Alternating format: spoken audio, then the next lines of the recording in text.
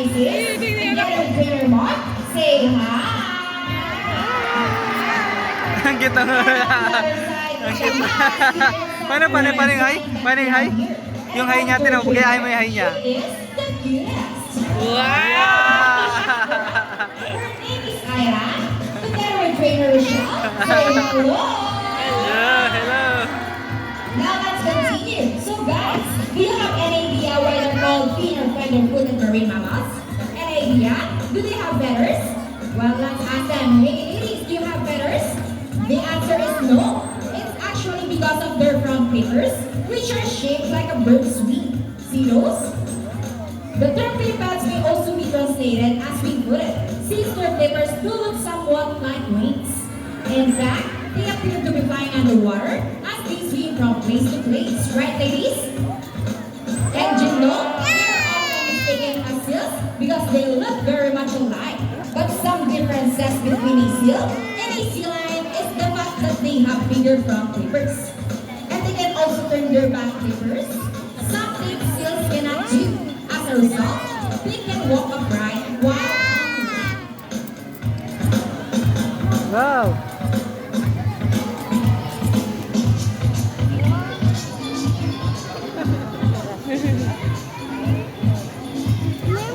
They can walk upright while on land.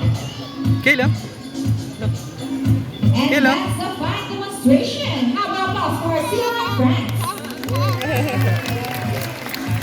And you know what, guys? They have this long and flexible neck. How Oh, flexible? tinan mo neck ko, Your neck. is out. All right. Another applause for our sea lion friends. Napalakpak Kayla. Napalakpak. Palakpak. Short course here, and their whiskers help the sea lion sense of touch. They contain nerve fibers, which make them sensitive. Nice. Kayla dance, oh. Kayla dance. Kayla dance, oh. They also use their whiskers to aid in navigation or to detect vibration from prey in the water.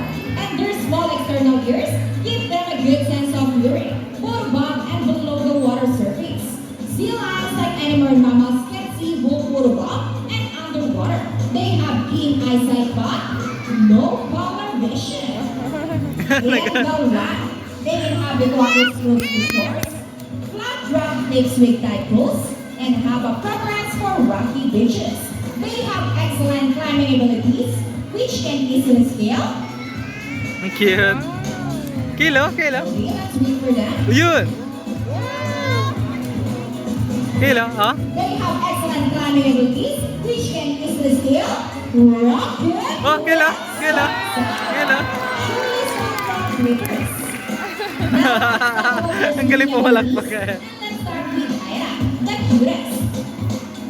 Sea lions are generally cruise around 11 miles per hour using the rowing movements of their front flippers. While their back flippers are stretched out behind their bodies, functioning as rudders for steering. And that is their normal swing. Nice and easy. Thank you so much, Ira and Trainer Shell. But when chasing their prey or escaping from predators, they can achieve reverse speed up to, ready? 25 miles per hour. Wow! Wow! Wow! Nice. Ang cute. And another one. Here's an interesting story about our sea lion. Did you know that the US Navy has trained a few of them to take part of their special operation? Yeah, that's right. They're able to hold their breath for up to 20 minutes. And they can dive hundreds of feet. Abilities that even the best Navy diver would be envious of.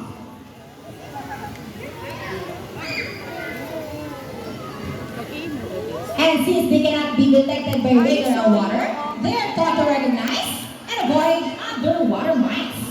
Sige, sige, sige. Oh, yan, yan, yan, yan. See Yan my na. friends, are you ready? Well done, salute! Ay, naman. Ready guys? Alis na yun. 1, 2, 3, 4, Ay, nung nagmamarch. 2, salute! This time, could you please join our sea lion in a salute? In a I count to three, everybody please salute. Salute. And let's make this Kel, one salute. loud. People of the crowd, Kel, are salute. you Salute. ready? Ganun, Kel, oh. Ganun. Hey guys, where's the energy? Oh, yeah. Are you ready? Now let's count. 1, 2, 3. Salute. Salute. Everybody. Thank you so much.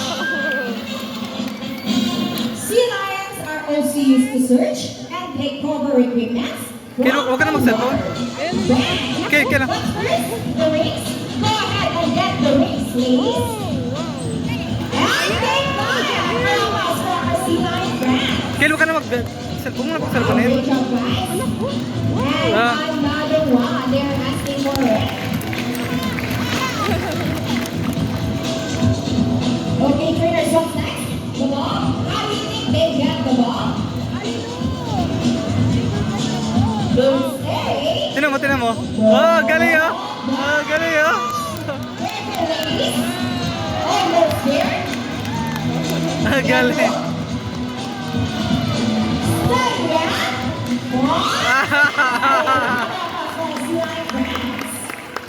Wow, great job, guys.